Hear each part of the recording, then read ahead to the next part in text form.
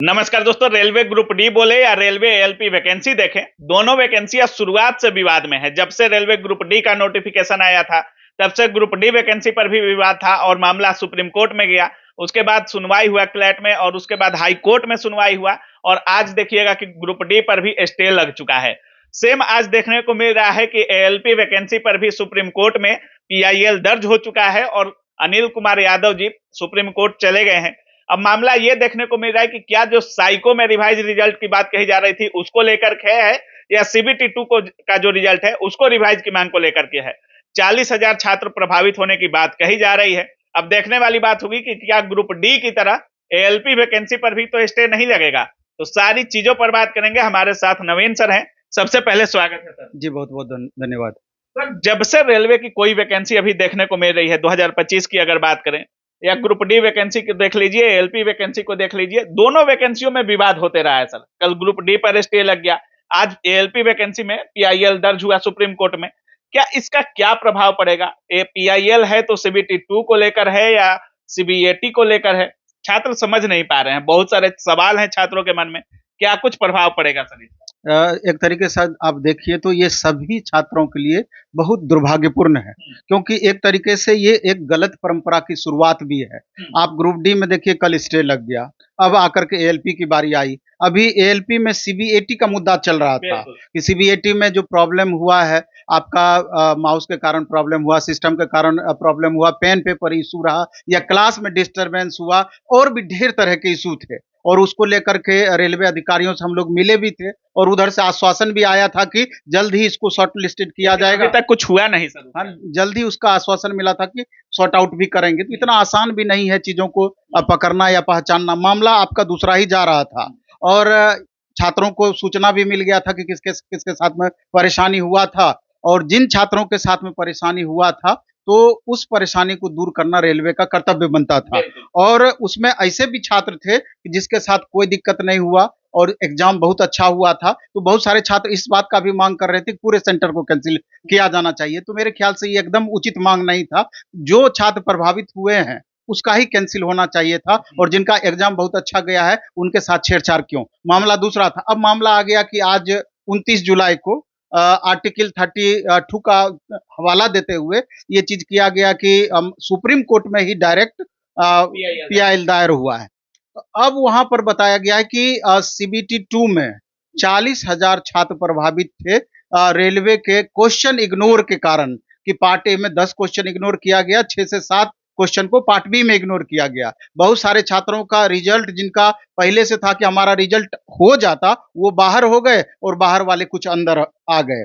तो ये बात उस समय की थी जिस समय रिजल्ट आया था सीबीटी 2 का, यानी कि 15 दिन, 1 जुलाई को रिजल्ट आया और 15 तारीख को साइको था सर, आपको भी याद होगा। 15 दिन का मात्र समय दिया गया और छात्र उसमें सोच भी नहीं पाए। अब कई तरह की बातें इसमें हैं। अब पहला मुद्दा ये उठाइए कि जो सीबीटी 2 में जो छात्र समझ रहे हैं कि हमारा रिजल्ट होना चाहिए था और रेलवे की नाकामी के बदौलत, यानी कि 17 क्वेश्चन इग्नोर करना एक तरीके से रेलवे की नाकामी ही रहा, उसका शिकार हम हुए हैं। तो क्या उस छात्रों का मांग जायज है या नाजायज है? पहली बात। दूसरा, इन छात्रों के बारे में सोचिए जो अभी साइको दे चुके, और अभी के परिस्थिति में अगर ये डेट एक्सटेंड हो जाता है, परीक्षा पर प्रभाव पड़ता है इस केस के कारण, तो वहां तो सरासर नाइंसाफी वाली बातें हो गई। ये छात्र तो कहीं का नहीं रहेंगे, ऐसा ये छात्र सोचते हैं। तो मेरे ख्याल से ये जो मामला चल रहा है, अब जांच का विषय ये है कि क्या रियल में प्रभावित छात्र केस किए हैं कि ये केस करवाया गया है। दोनों बातें हो सकती है, क्योंकि इससे पहले भी कई बार देखा गया है कि जानबूझ करके भी कई ग्रुप ऐसा काम करती है कि केस करवाते हैं, चंदा उगाही करते हैं, फिर उस मामले को आगे बढ़ाते हैं, इसमें मार खाते हैं ये स्टूडेंट। एक चीज और होता है सर, लेकिन आप जो कह रहे हैं वो भी होता है, लेकिन कहीं कहीं देखे होंगे कि जो पटिशनर बनते हैं उनको फायदा भी मिल जाता है। या अभी एसएससी का मामला देख लीजिए, रिजल्ट का ही मामला था और अभिनय सर जो केस किए उसमें 1100 छात्रों का रिजल्ट भी हुआ। उसके बाद बहुत सारे ऐसे वैकेंसी हैं जिसमें केस किया गया तो पटिशनर को लाभ दिया गया था। लाभ पिटिशनर को दिया जाता है, ये बात बिल्कुल सत्य है। कई सारे एग्जाम का आपने उदाहरण भी दिया, उसका लाभ मिला भी। लेकिन सवाल ये उठता है कि यहाँ गलती पूरी तरीके से रेलवे का भी है। आखिर मौका तो रेलवे दे रही है इसके लिए। अगर शुरुआत से ही ये चीज सुधार की रहती रेलवे, तो आज इस तरह का नौबत ही नहीं आता। तो अभी जो रेलवे रिफॉर्म को लेकर के ये बड़ा सा मुद्दा चल रहा है, तो मेरे ख्याल से रेलवे के मुद्दे जो ये परेशानी है उसके जड़ तक जाने का ये एक प्रयास था रेलवे रिफॉर्म को लेकर के। हमको लगता है आप कि लोग उतना किए, रेलवे मतलब आरआरबी पटना भी गए, चेयरमैन से मिले, सेक्रेटरी मौजूद थे, सारे लोग मौजूद थे, और उसके एक दिन पहले ही एग्जाम साइको का हुआ था जिसमें सेंटर पर हम भी गए थे, वहां पे रेलवे अधिकारी भी पहुंचे थे, सवाल भी हमने किया था, लेकिन आप लोग को भी वहां संतावना मिला कि बहुत जल्द इस पर कुछ होगा, लेकिन अभी तक उसका भी कुछ नहीं हुआ है।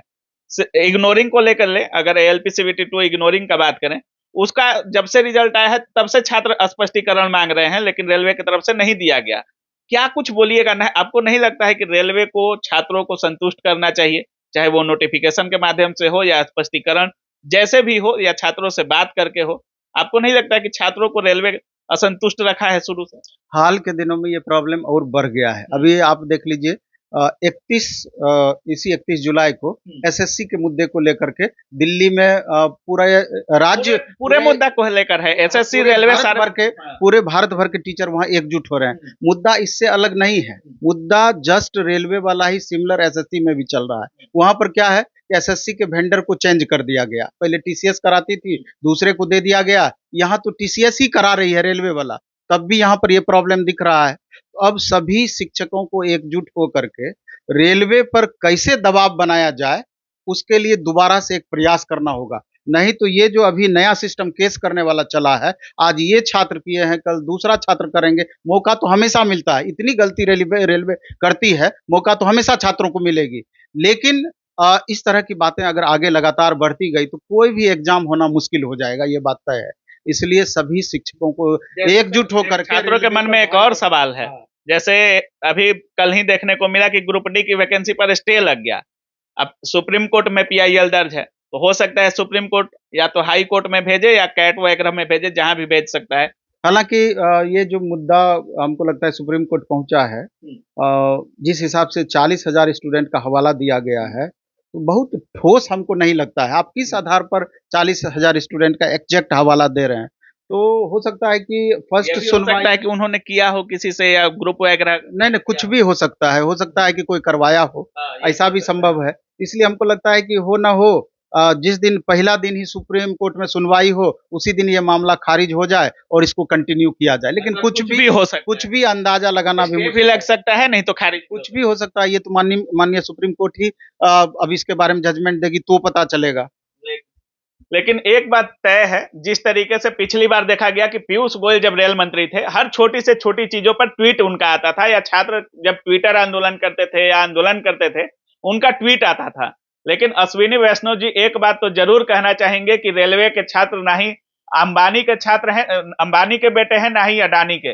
रेलवे के छात्र किसान, मजदूर और उन कर्मियों के बेटे हैं जिनका पेमेंट अधिकतर रूप से 30,000, 40,000, 50,000 के अंदर होता है। तो इन छात्रों को संतुष्ट कीजिए, अपने अधिकारियों को बोलिए कि स्पष्टीकरण दे हर चीजों पर। इस तरीके से हर वैकेंसी को ऐसा ना कर दिया जाए कि हर वैकेंसी को मजबूर करके फिर कोर्ट में ही सुनवाई कराना पड़े। बाकी अब एएलपी वैकेंसी देखना होगा कि स्टे लगता है कि इस पर क्या सुनवाई होगी। अब जिस दिन इस पर सुनवाई होगी उस दिन देखना होगा कि क्या होता है। बाकी नवीन सर सीधे कह रहे हैं कि 40,000 जो छात्रों का हवाला दिया गया है, बाकी ये भी हो सकता है कि कोई करवाया हो अपने निजी फायदे के लिए, क्या कुछ होगा, सारी चीजों पर बात करेंगे। लेकिन इस पूरे वीडियो के बारे में आप क्या कुछ सोच रहे हैं, अपनी राय जरूर रखिएगा। बहुत बहुत धन्यवाद।